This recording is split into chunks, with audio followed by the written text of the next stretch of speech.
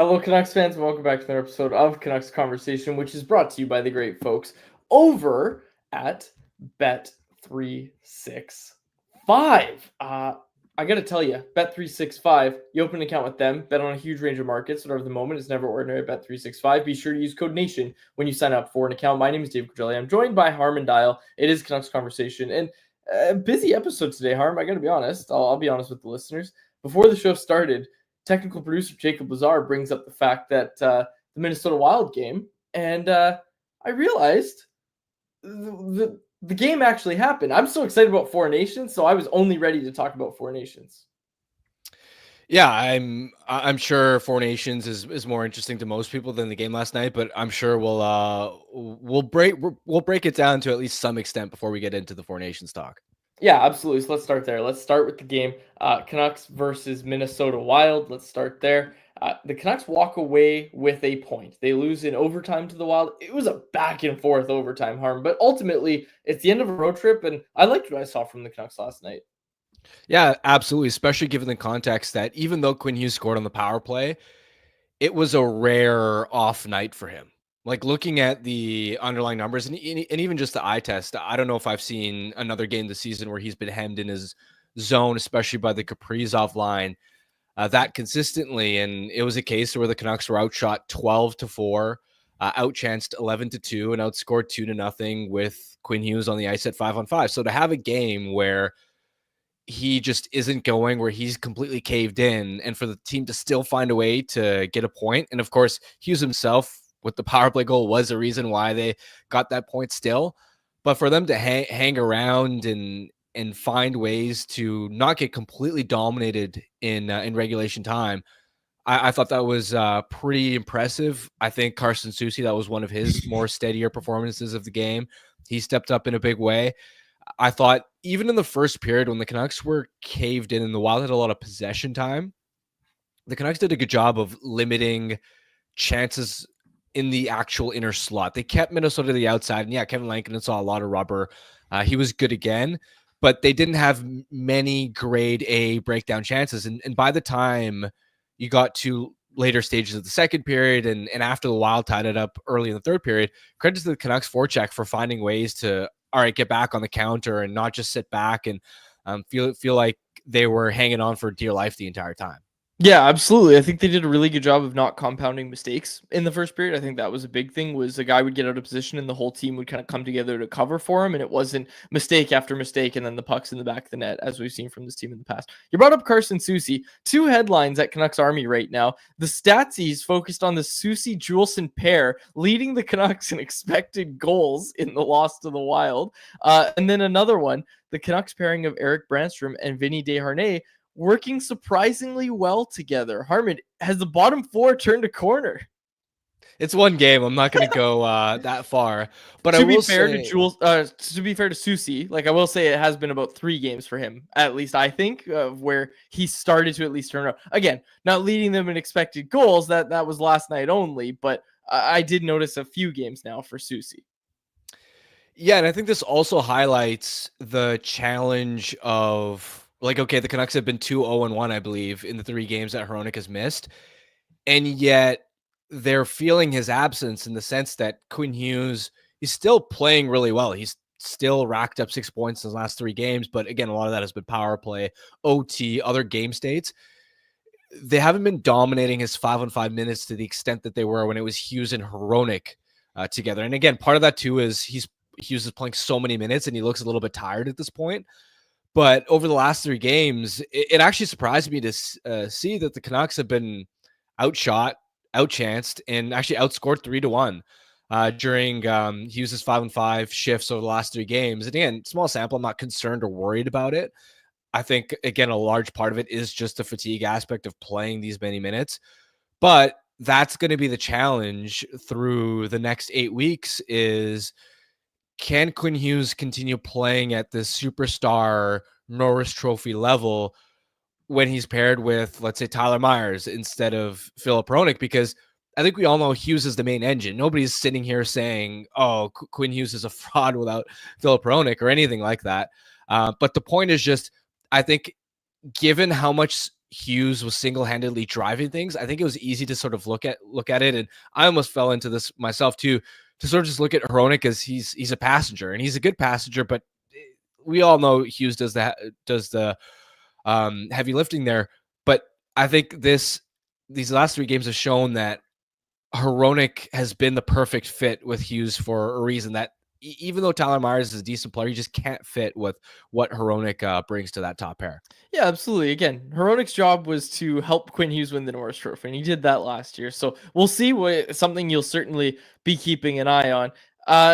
Jake DeBrusk, again, he's continuing to play extremely well. His office anywhere in front of the net. You tweeted this out last night. Jake DeBrusk is tied with Sam Reinhart, Mikko Rantanen, and Kirill Kaprizov with a league-high 11 goals in 15 games since November 1st. Streaky scorer historically, and the Canucks are getting him at a good time right now. Yeah, it's just a combination of all the net front skills, right? Winning inside body position, finding loose change in and around the net, the tips, the deflections, the soft hands, the clinical finishing ability. It's been awesome to see. I'll also give a shout out to Elias Pettersson on DeBrusk's goal, in the sense that he had to win the battle on the inside against John Merrill, who's a pretty big defenseman, to get the initial chance on net. If Pettersson doesn't win that battle, there's no rebound for DeBrusk to pick up and score on. So good work by Pettersson there. I know that he had some shaky defensive moments on a couple of Minnesota's goals against, but wanted to make sure that he at least got credit for the assist there. Anything else that you wanted to highlight from last night? I mean, Kevin Lankinen, again, really good. We're going to talk about him in a second when we talk about the Four Nations Faceoff. Anything else that you wanted to say about last night's game? Yeah, just feel for Besser there in that OT sequence. Just how cool would it have been for him to score the OT winner in his hometown friends and arena, family, yeah, and then for it to immediately go back the other way and for Kaprizov to score, like that's a major gut punch. I'll also say this: I know there's been a lot of talk about the officiating, how that wasn't called a tripping when Connor Garland was skating up the ice. That could have been a 2-on-0, dude. Like, that could have been a 2-on-0. Like 2-on-1 for sure, but it also could have been a 2-on-0. But it was also like, sometimes there's a trip where you can't tell whether the force of the defending player, like whether the stick itself or the body caused the contact to actually make him fall over. But this was clear as day. Like, oh, okay. I thought you were trying to say, no, you can't tell. I was like, no, what are you talking about? What I'm saying is, like, sometimes refs can't tell. This situation, it was like there was no excuse for missing that tripping call. No. What do you think of the forearm on Kiefer Sherwood? Because that was the other one that everybody kind of pointed out. That was more vicious than the Hughes hit that got 5 minutes and got him a game misconduct against Senators. Again, I'm not saying Eriksson should have gotten 5 in a game, but that's a penalty all day long, whether that's penalty, charging, hit to the head, whatever you want to call it. And I mean, I guess the Canucks got a little bit of revenge in the sense that Eriksson, the Myers cross-check on Eriksson that went uncalled. I saw Wild fans crying about that on Twitter. So an eye for an eye there. Absolutely. The game will manage itself. No. I don't know. That's the problem, right? Yeah, exactly. Is when, if that penalty gets called, Myers then doesn't take that cross-check on Eriksson.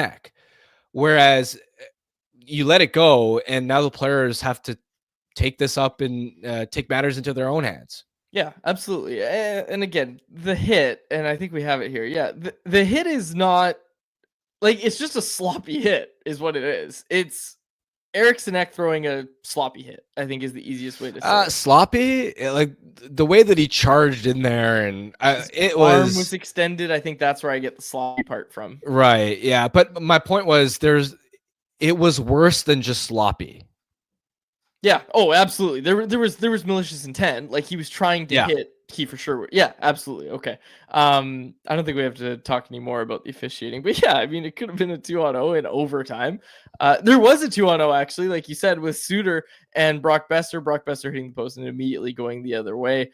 Kirill Kaprizov, he's going to score his goals, and he waited till the end to score his goal. And he scored last night to seal the deal in that game. But again, Harm, like we talked about them yesterday, they're the best team in the NHL record-wise, but the fact of the matter is, like, they are still a top team no matter what. we were talking about how the Mickey Mouse first place team yesterday. Well, I was talking about it.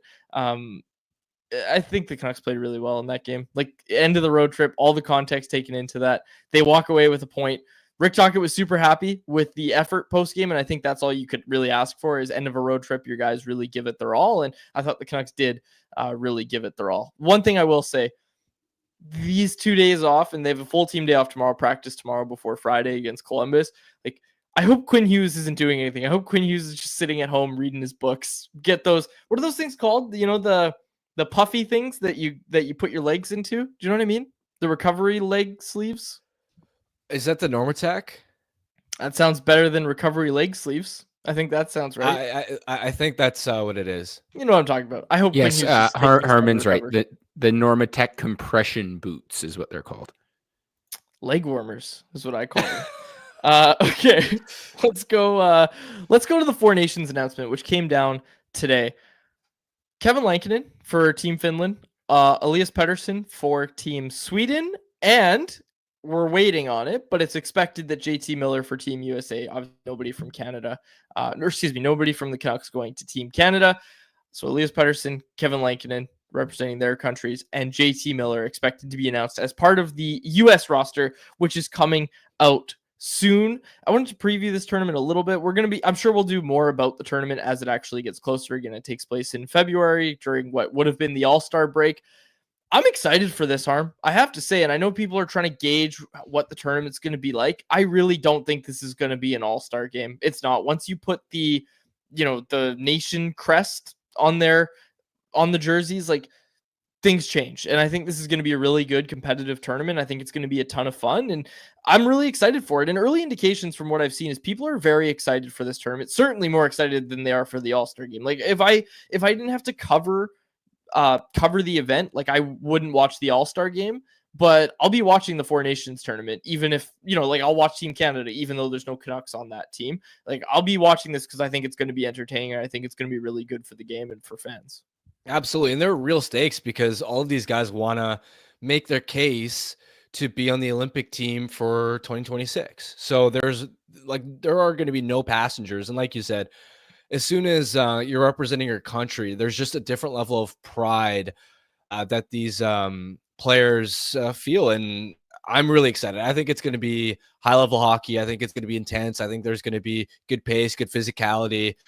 And we just haven't seen best on best in so long. Yep. We've been starved for it. To me, it's the perfect appetizer for the Olympics, which of course is a step up as far as being a more special stage. Yeah, absolutely. Let's take a look at the rosters here. Finland. Let's take a look at Finland first, Harm, which is basically, I think Drance even tweeted this out. It's basically the Florida Panthers and friends. Anton Lundell, Eetu, what's that name? Luosterainen. Who the hell is that guy? Which is really good, man. I know. I'm just joking. I just couldn't read his name right away. Yeah, so a lot of Florida Panthers on this team. Patrick Laine, who made his season debut last night, scores a goal. He makes the team. Patrick Laine is going to be on Team Finland. Love it. Love to see it. It's gonna be a good tournament. Kevin Lankinen in goal alongside Ukko-Pekka Luukkonen and Juuse Saros.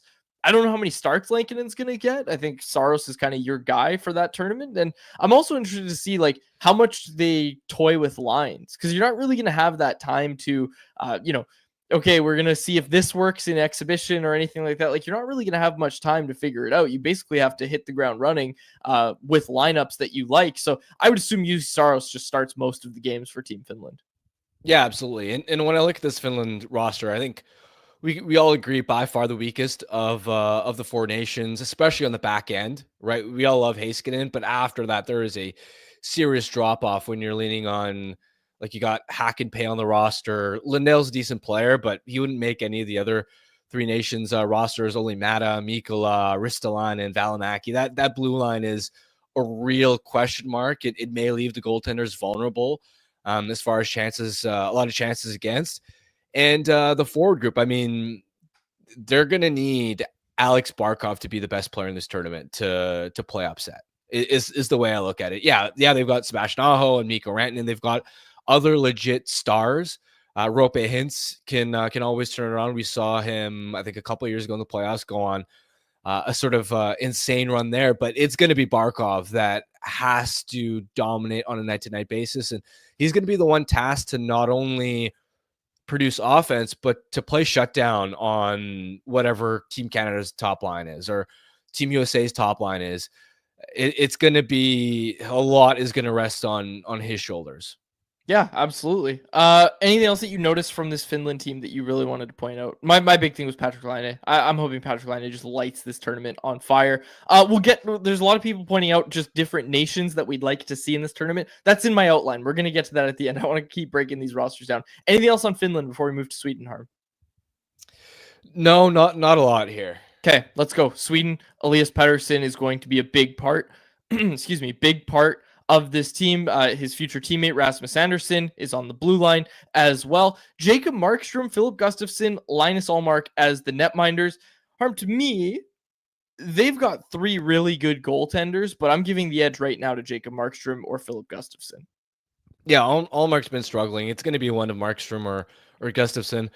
I'll say this: Sweden could be a tough team to score on when I look at their goaltending, and also that blue line is star-studded. Even if you want to talk about Erik Karlsson's struggles, you've still got a situation where you've got Hedman, you've got Forsling, who is just coming off being one of the best shutdown defensemen in the NHL last season.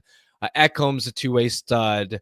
Dahlin, Jonas Brodin, who I believe it just came out now that he's out week to week. I'm sure he'll be healthy in time. But when he plays, like, Brodin doesn't get a lot of love because he doesn't put up point totals, but we're talking about an elite skater. And I remember having a conversation with an executive a few years ago where he said, if I could pick one defenseman in the league to try and just purely defend against Connor McDavid, it would be Jonas Brodin. Like, that's the type of esteem that a lot of managers around the league hold him in as a pure shutdown option. And then you got your boy Rasmus Andersson on there as well. So it's just like, they've got size, they've got skating ability, they've got puck moving. It's just a really well-rounded blue line that has a little bit of everything. And when you combine that with the goaltending, and also, this is the kicker here, look at their center group. All of them are above average two-way players. Yes, I was just about to point that out when it came to defensively and like how hard they're going to be to score on. Like, who's your matchup center here? Because you can pick one of many, it feels like. Yeah, and look at William Karlsson, for example. When Vegas won the Stanley Cup, the work that he did going up head-to-head against Connor McDavid and Leon Draisaitl, that's a massive reason why they beat the Oilers. I think in head-to-head minutes, I don't even know if McDavid or Draisaitl scored more than like one goal at 5-on-5 against William Karlsson. So he's a shutdown ace. Elias Pettersson's an above-average two-way center, especially if he can continue finding the top of his game. Elias Lindholm, he's kind of washed offensively at this point, if we're being honest, relative to the elite talent that Canada and USA is going to offer. But again, if we're talking just like fourth line, win faceoffs, be a stud on the penalty kill, he still does that job really well. And Joel Eriksson Ek, like, he's consistently been a top 5, top 10 defensive centerman in the NHL. So then you combine that with the blue line and the goaltending, they're going to be a tough team to score on. Any surprise that Leo Carlsson got the call? Maybe 11 points in 20 games. Maybe a little bit. I also think part of it is the Ducks' offensive environment is so brutal as far as not having a lot of help or insulation around him that now if you enter a tournament where you've got elite line mates to potentially play with, even if it's further down the lineup, I think Karlsson, even going back to his rookie season, was way better than his point totals would indicate.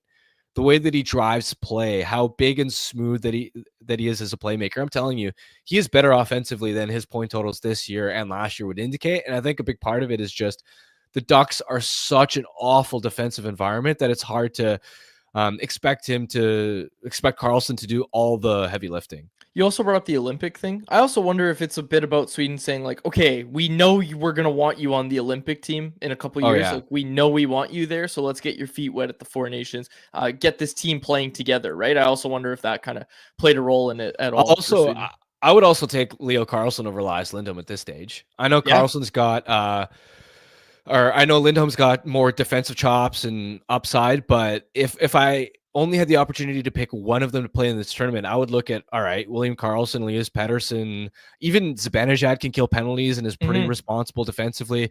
I would, Eriksson Ek, I would look at that and go, I've got enough defensive help down the middle.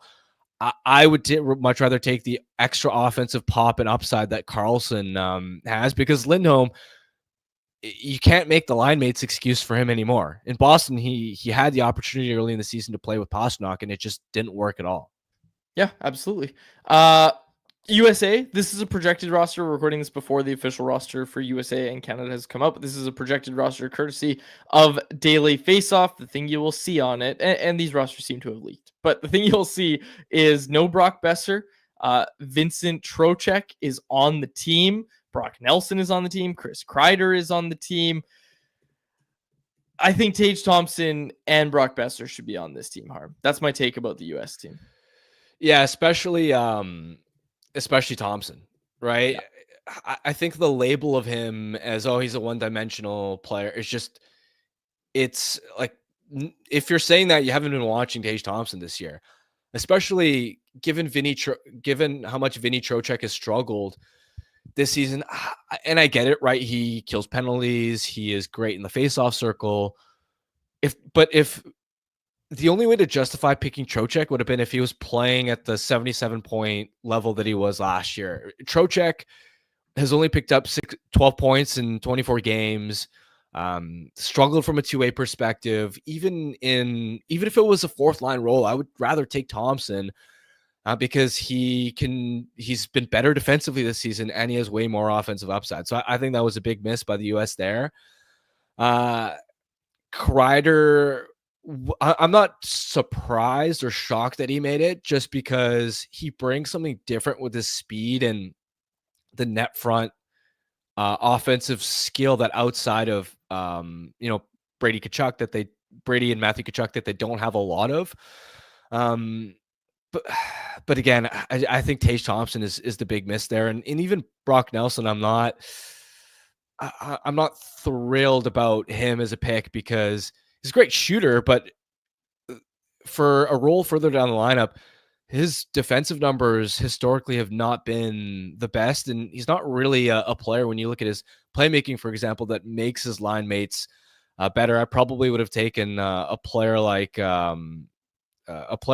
Besser instead, because they've got enough center options. They didn't need another center in Nelson. So, and the answer to this question as well is, like, who is JT Miller going to play with? Like, try and put a lineup together here. Like, seriously, think about what a lineup could look like. You said it. There's a lot of centers on this team. Like Austin Matthews, Jack Eichel, JT Miller, Jack Hughes. Like, are those your four centers? Is that what you're going to go with? Because then I look at this team and I just see a lot of guys. I see a lot of guys. And again, I could tell you a pretty clear role for Tage Thompson. I could tell you a pretty clear role and line mate for Brock Besser on this team. I just, like, who is JT Miller going to play with? Try and answer that question. Who do you think JT Miller is going to play with at this tournament? I imagine they'll slot him on the wing and have him. I mean, they could have him anywhere in the top 9, and I'm sure it would work. Because between Matthews, Eichel, and Jack Hughes, like, that is your 1-2-3 punch down the middle. I would rather those guys play center than Miller, not only because Miller has so much experience playing the wing and it would be a really seamless adjustment for him, but also it takes some of the defensive burden off of him to where now he can really just focus on his playmaking, his forechecking, what he does so well as a setup man below the hash marks in the offensive zone. So honestly, the fit that I'd be looking for is, I would want a player on that line who you can trust to get open in the slot the way Besser can, whether that's the centerman, whether that's would it be Matthews? Could you see first line JT Miller? First line might be a little bit too high. I want to see some projected lineups. Yeah. Because I'm trying to piece it together in my head. The first thing I came up with was like, oh man, like the Tkachuk brothers playing together. Like, you'd assume that they're gonna get the chance to play together. You just assume that, right? Like, am I off there? Do you think? Maybe, but also the way I would look at it is they're both they're both excellent net front guys, and they're both pretty slow. So wouldn't you want those guys on separate lines? I'm trying to find some like projected lines so I can like actually visualize this better rather than trying to do this manually, because it's tough. You've got like so many all-stars that you do. And that's the thing that I'm starting to see in the chat as well on YouTube here. People are pointing out Miller, Jack, and Quinn on the first line would be awesome, or like all of those guys out on the ice together, because we know Quinn Hughes is going to be the #1 defenseman on this team. And Harm, something we brought up this week, the Canucks trading for Adam Fox. We might see Quinn Hughes and Adam Fox as a pairing together at Four Nations, which in my mind, like, I think the U.S. has the best blue line out of any team at this tournament. I think it's better than Canada's, even though Canada has Cale Makar. I think the U.S. has the best blue line at this tournament. Oh, yeah, absolutely. I mean, even with McAvoy struggles. Yeah, and McAvoy's struggles have been mostly offensive. Defensively, he's still been completely fine, which, I mean, at this tournament, he could end up playing with Quinn Hughes, so McAvoy doesn't even need to focus on the offensive side at all. And I know Adam Fox hasn't had his typical Norris Trophy caliber season, but now you've got Zach Werenski, who's been a top 5 defenseman in the NHL, all of a sudden single-handedly sort of dragging the Blue Jackets along in the early going. And plus you got Slavin and Faber. I mean, this blue line can just skate and skate for miles. Like, that's what really stands out to me is Adam Fox. Maybe you look at and go, he's maybe not an elite skater, but outside of that, the way Hughes moves, the way Werenski moves, Slavin, Brock Faber, I mean, it's just, they've got so much all-around ability that I'm fully there with you. That's the best blue line at this tournament, and we know the goaltending is elite as well. Did you have something that you wanted to say about the forward line combinations about US? Yeah, so this was like from a month ago, just like projected rosters, and I think some of these are outdated. Like there's no Brock Nelson on this, so pardon that. But on the top line, for example, the Athletic had Matthews and they had the two Tkachuk brothers together. They had Miller playing on the wing on the second line with Jack Eichel and Kyle Connor. Someone in the chat had that as well. I think there was different line combinations coming through. There was one 7-6. Miller should just play with whoever he wants to. That's fair. I wonder if JT and Gensel, for example, could be the type of combo that, because Gensel's so smart at getting open. And I know a lot of guys fit that bill. But Gensel has that elite level IQ, and he's sort of similar to Besser, where neither one of them is the quickest guy. Neither one of them you look at and go, oh, dynamic, electrifying skill. But they have that elite hockey brain, and they just, for whatever reason, when you play them with a top-end playmaker, they just always find ways to get open around the front of the net in the inner slot. So maybe Gensel and Miller could be a potential fit. Okay, Canada. Let's go to Canada. And then at the end, Harm, what we're going to do, we're going to look at forward group, defense, and goaltending and try and pick who has the edge. Let's rank them all 1 through 4, if you're cool with that. We'll do that at the end. Sure. And chat, you know what's coming now. So we're going to rank that. You're going to rank forward, defense, and goaltending 1 through 4. Let's get to Canada here. This is courtesy of TSN, the projected Four Nations Faceoff roster for Team Canada. Harman, I don't think any real surprises here. Cale Makar, Devon Toews, we know those two are going to be together. I do look at that blue line and see some question marks with Josh Morrissey, Colton Parayko rounding out the bottom pairing with Travis Sanheim thrown in there as well. And I mean, the biggest question mark for Canada, I think, puts them 4th in this category, goaltending. I don't think Canada has goaltending that you can trust. I think Binnington's going to be good. Binnington's going to be the starter, and he's going to be good. And I think he'll surprise some people, because I think he might get a bit of a bad rep just for playing in St. Louis. I think Binnington's going to surprise some people, but it doesn't change the fact that I think they have the weakest goaltending of any team. Yeah, and they should have brought Logan Thompson to the tournament. I know that he doesn't have much. Yeah, I know Thompson doesn't have much big game sort of experience, right? He's barely represented Canada in the past. I think maybe once at the 2022 IIHF World Championships, and he's only got, I think, 5 games of playoff experience at any professional level, NHL or AHL. So I'm sure that's the knock. Plus, there were rumors that Bruce Cassidy and Pete DeBoer didn't have the best experience working with Thompson in Vegas when both of them separately were bench bosses there. But I still look at Thompson and go, he's been the best Canadian goaltender in the NHL this season. Statistically, they should have found a way to have him as one of the 3 goaltenders. But even with Thompson, it still would have been the 4th ranked goaltending in this tournament. Anything else about Canada? Can I just say this? Their forward group looks like it could be a lot to deal with, but I don't have them as number 1. I think I'm between them and Sweden for number 1 when it comes to the forward group. No, I'm thinking Canada. I think it is Canada. I think who's, it is. I mean, put it this way: who's Sweden's best forward? Yeah, exactly. You can't contend with McDavid. You can't contend with McKinnon when it comes to that conversation. Even Sam Reinhart, like he's probably, if you look at this season and last, probably leads the NHL in goals among all players. So, like, is it Nylander? Is it Pettersson? Like, they've got good pieces, don't get me wrong, but they don't have that like game-breaking superstar to the same extent that Canada has. That's where I have ultimately, like when I'm putting this list together, that's where I have the big difference is that they don't have Connor McDavid. No other team has Connor McDavid. Not to mention, like you said, Nathan McKinnon, Sidney Crosby, who's not washed. Sidney Crosby.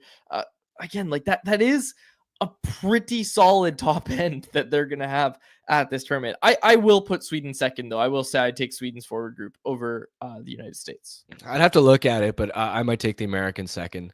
Okay. The blue line's interesting, though. And one point I'll make, yeah, it's not as good as Team USA's blue line. And, I mean, you could even have a conversation about how does it stack up compared to Sweden's, but I saw a lot of people complaining about Colton Parayko making the team. I don't mind the pick at all, to be totally honest with you, because he is a 6'6" shutdown monster with elite skating ability. This isn't just some tree trunk that can't move. He is an elite skater. His defensive metrics have been outstanding. What's held him back is that he hasn't had a legit top pair caliber D partner over the last number of seasons in St. Louis. And so his, like, the numbers will show you, oh, he's a massive offensive drag. But now that he's going to be paired with Josh Morrissey, who's been one of the league's best offensive defensemen over the last 2 or 3 seasons, like that's a problem solved right there.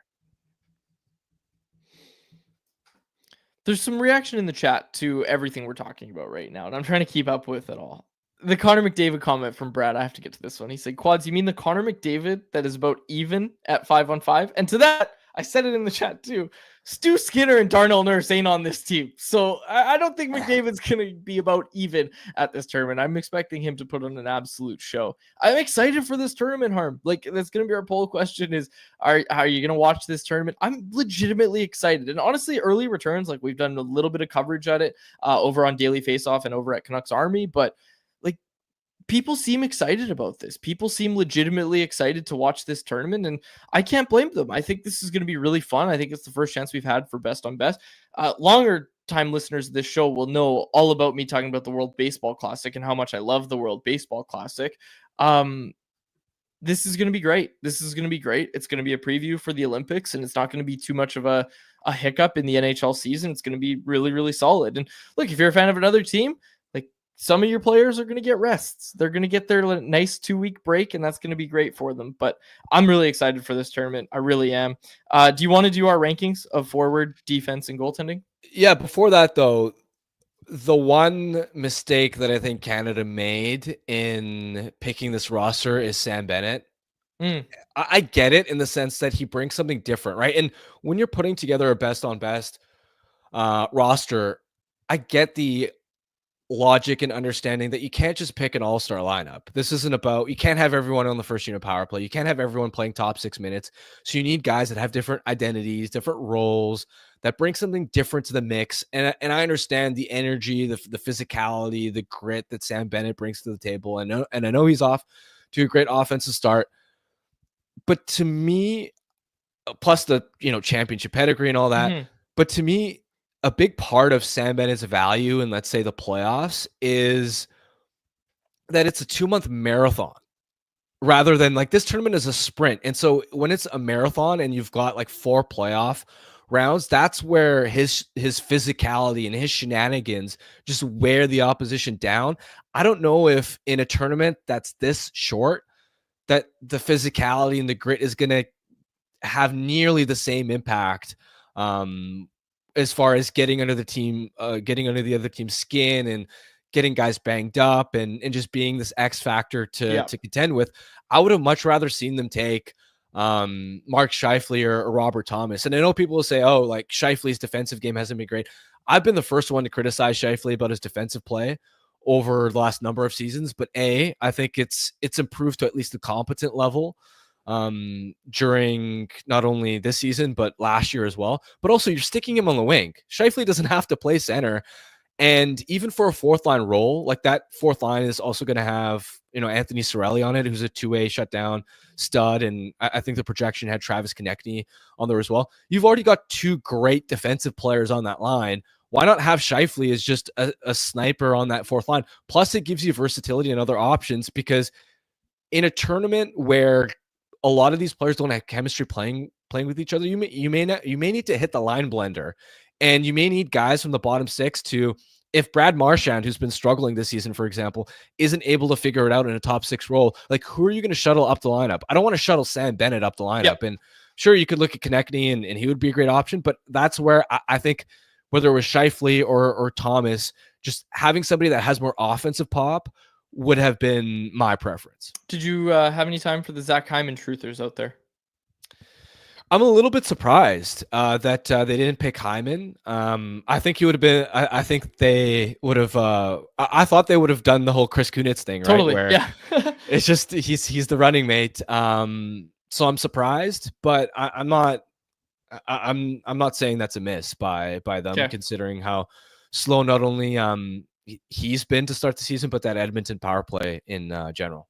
Okay, let's do our rankings. I will go first. Let's start with goaltending. I feel like that's the easy one. I have USA, Sweden, Finland, Canada at the bottom. Yours? USA, Sweden, Finland, Canada. I think that's just the right answer. I don't think there's much disagreement there. Defense, USA, Canada, Sweden, Finland. Do you disagree at all? It might be a conversation between Sweden and Canada, but ultimately you got the Cale Makar bump. Yeah, exactly. I'll give it to them. But I'm at least willing to hear the conversation on Sweden. Forwards, Canada, Sweden, USA, and Finland. Canada, USA, Sweden, Finland. So I'm taking US over Sweden.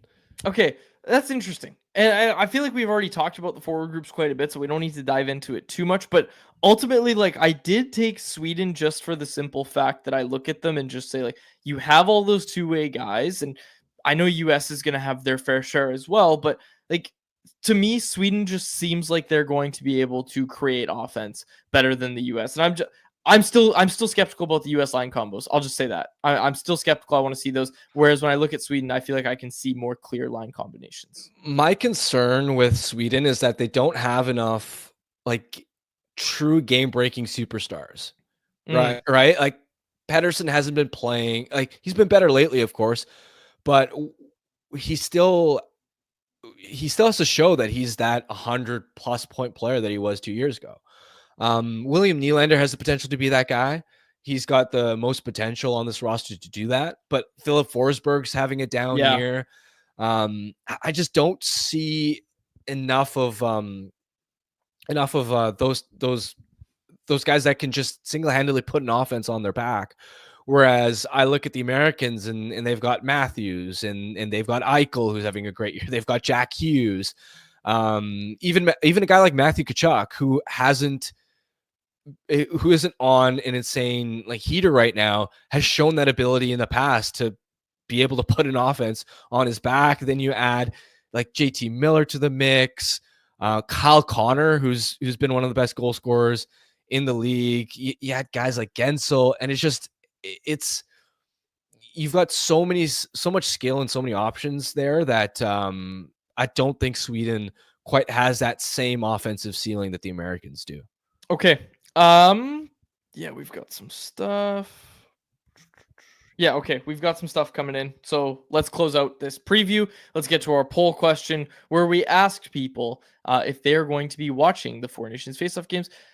Overwhelmingly, 60.6% of people say yes, as many as I can. 12.5% say ones with Canucks only. 16.1% say maybe the final, and 10.8% say none at all. I'm very hopeful, Harm. I'm very hopeful that the league knocks it out of the park with this one. I think this could be a ton of fun.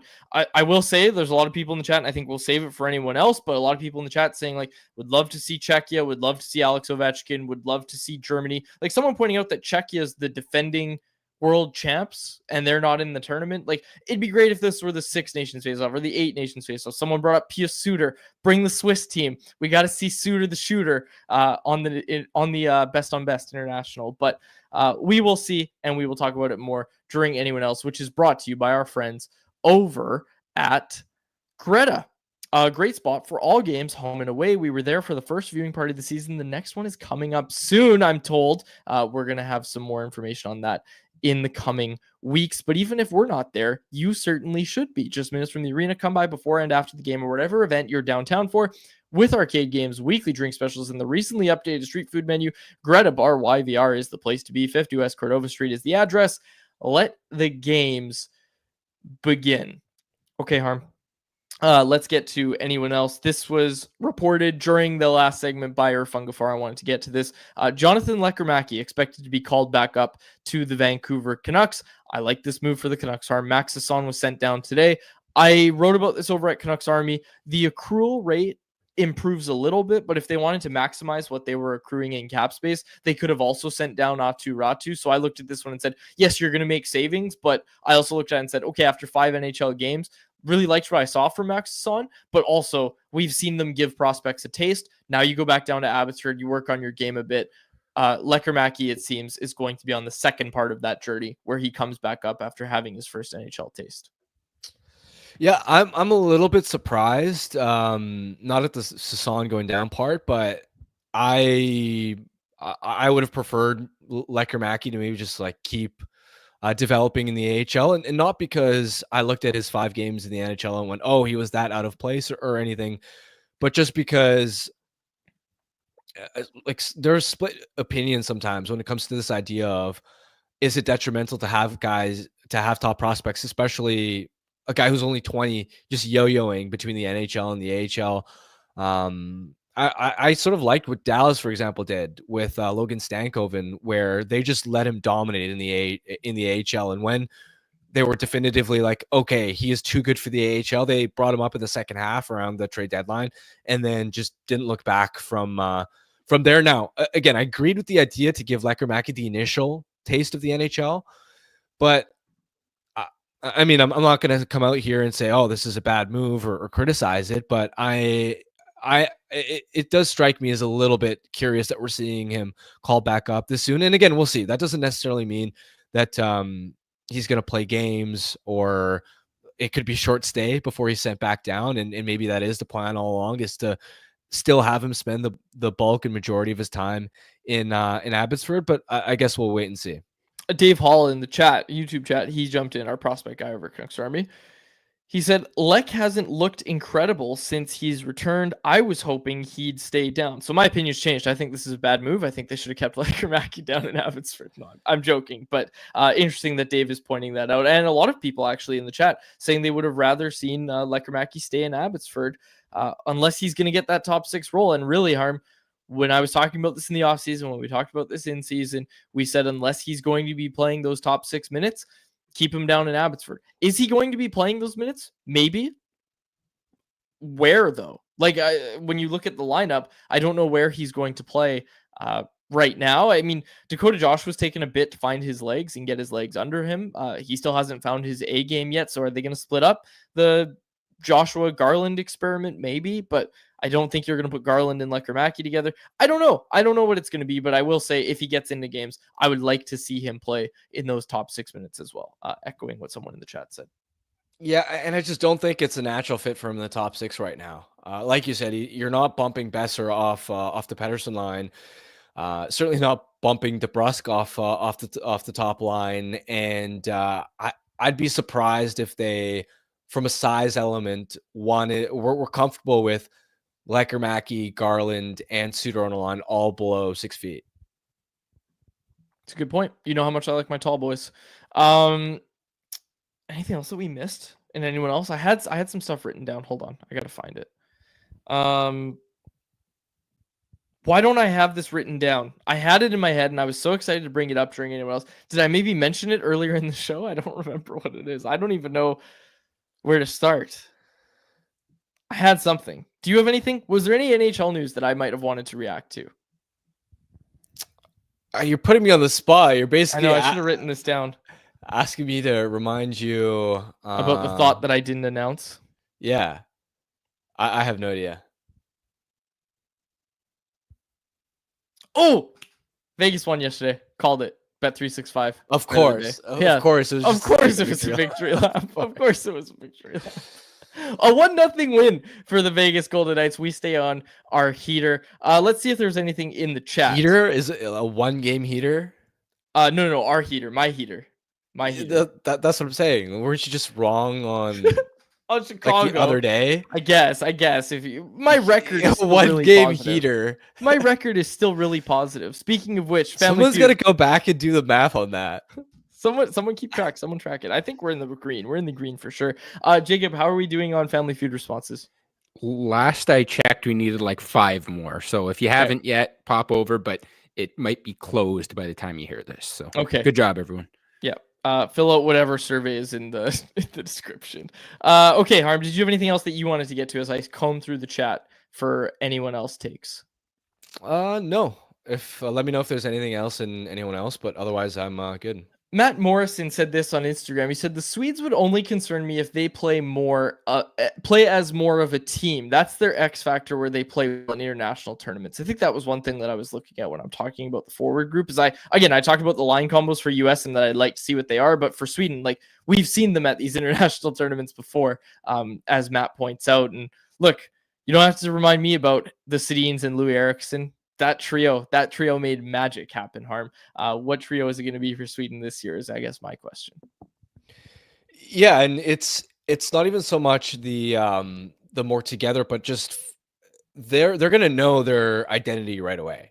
They're going to know that we're not going to be trying to outscore teams 5-4 and get in these track meets. That we're going to be focused on just playing structured defensive hockey, relying on our two-way workhorses up front on the back end and good goaltending, and just trying to keep things low event, play effective quality shutdown hockey, and trust that they still have enough skill up front and on the blue line to score enough. That's going to be the recipe. And so they do have a really clear identity that they can lean into.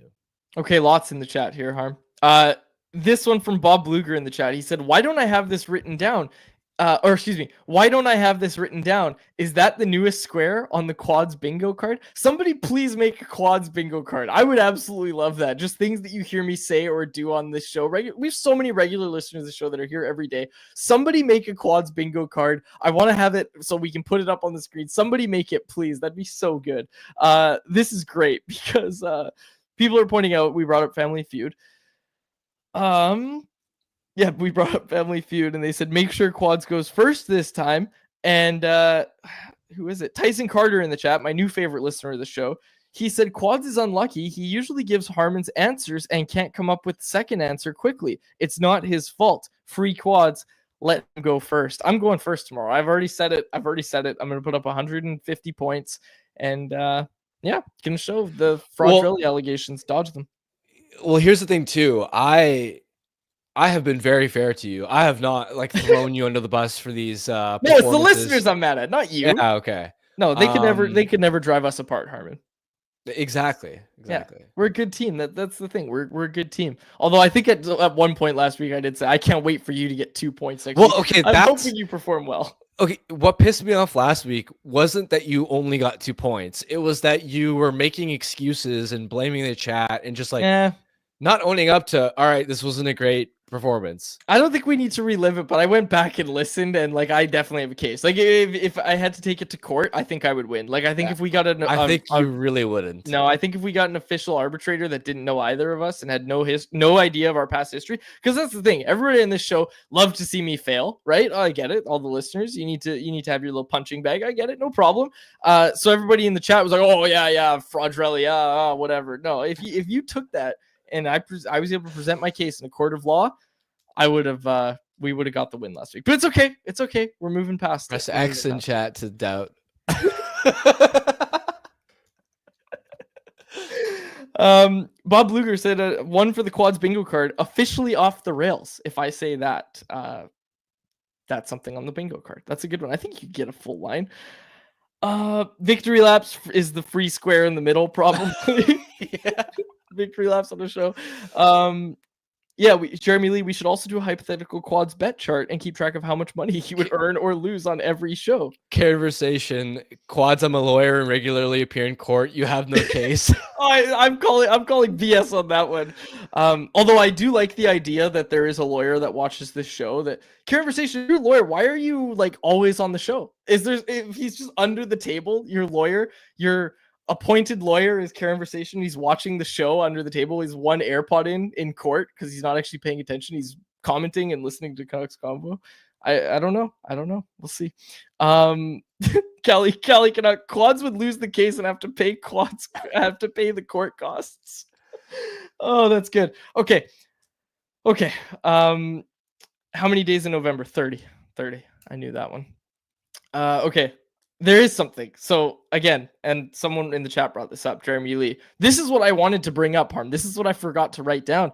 Jim Rutherford spoke today. We didn't even get to this yet. Jim Rutherford spoke today, courtesy of our pal Patrick Johnson over at Post Media. He was talking about, and again, this is about the rumors that we've seen, and I think we've all seen them at this point. This idea that JT's quit on the Canucks. He's asked them for a trade. There's been reputable reports, and this isn't we're not lumping this report from Arthur Staples, your colleague over The Athletic. We're not lumping this in to all of this. The report that the Rangers called, that's a different report. That's from a reputable source. That's not what Rutherford's talking about here. It's this idea of making stuff up about JT quitting on the team. At least that's how I read into it. This was the quote from Rutherford. Don't start making stuff up on someone in his situation. That's disrespectful. People that do this for fun or for a living just go back to making up trade rumors. No, we are not trading him. We stand by him. Again, we've heard quotes like, we're proud of him for going to get the help he needs. We stand by him. Let's just pump the brakes here. Let's relax. Again, we didn't even talk about it. There was people in the chat yesterday and the day before being like, are you guys going to talk about the JT trade rumors? It's like, no, we'll talk about the reputable reports, which is the Rangers called on Miller, which they're well within their rights to do. And that's a story. Sure, we can talk about that.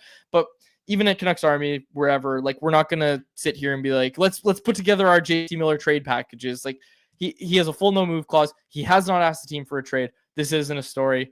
Let's move on. Yeah, nothing to add to that. Just not a story. Okay. Conversation defending himself. Say court is usually in the morning. I was joking. I'm sure you're a great lawyer, Conversation, but thank you for being a regular listener of the show. Okay, let's get to our Bet365 bet of the day, which is brought to you by, you guessed it, Bet365. Harm, what do we like on the NHL slate tonight? Do you ever want to pick a winner? Do you ever want to do that? Not really. Okay. Because I got one. Actually, no, I don't. That's crazy odds. So I was going to take the Anaheim Ducks against the Vegas Golden Knights. Vegas is on second of a back-to-back. Ducks are only plus 130, though. Like, I thought you'd be able to get them at way wonkier odds than that. I'm actually tempted to take Vegas at minus 155 for this one, but I don't think I'm going to. I think I'm going to take... Again, don't love the odds. I don't like the NHL slate tonight. It's Wednesday. Do they play football on Wednesdays? No, they don't. No football till tomorrow. I don't know what I'm going to pick. I don't know what I'm going to take here. I don't like any of these. But Because now that I know people are watching my record, I have to be super careful here. Like, I can't just throw out whatever, right? But I'll stake my reputation. I'll stake my record on it. I'm going to take the Nashville Predators to beat the Toronto Maple Leafs tonight. Plus 125 odds. Predators visiting the Maple Leafs. I'm taking that one. Predators are going to take down the Maple Leafs. I don't love that one, but I'm going to do it anyway. I'm going to do it. That was our bet of the day, brought to you by Bet365, a proud partner of Canucks Conversation. Open an account with Bet365 today and bet on a huge range of markets. Whatever the moment, it's never ordinary at Bet365. Be sure to use code NATION when you sign up for an account. Must be 19 plus to play. If you choose to play, please play responsibly. Okay, I think we will close it out there. We'll be back tomorrow in studio to do Family Feud, and I think that's going to be a lot of fun. But we will close it out there for my co-host, Harman Dial, and our technical producer, Jacob Lazar. My name is Dave Gorgelli. Thanks so much for listening to this episode of Canucks Conversation. Canucks Conversation is live Monday through Friday, every weekday at 2 p.m. over on the Canucks Army YouTube channel. Make sure you like, subscribe, and interact in the YouTube live chat every day with us, folks.